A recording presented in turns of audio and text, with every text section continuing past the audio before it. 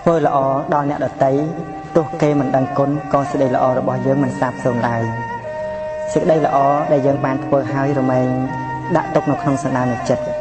អ្នកដែលធ្វើសេចក្តីល្អចេះតែទាមទារចង់ឲ្យគេដឹងគុណចង់ឲ្យសេចក្តីល្អនឹងមកឲ្យខ្លួនឯងវិញគឺ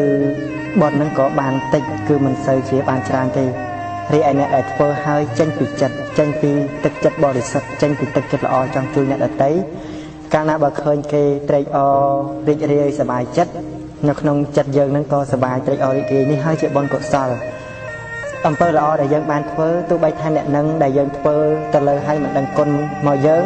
ក៏គុំថ្ងៃណាមួយមានអ្នកដទៃផ្សេងទៀតធ្វើនៅសេចក្តីល្អហ្នឹងមកលើយើងវិញគឺអំពើល្អហ្នឹងមិនសាបសូន្យឡើយយើងធ្វើទៅលើគេហើយ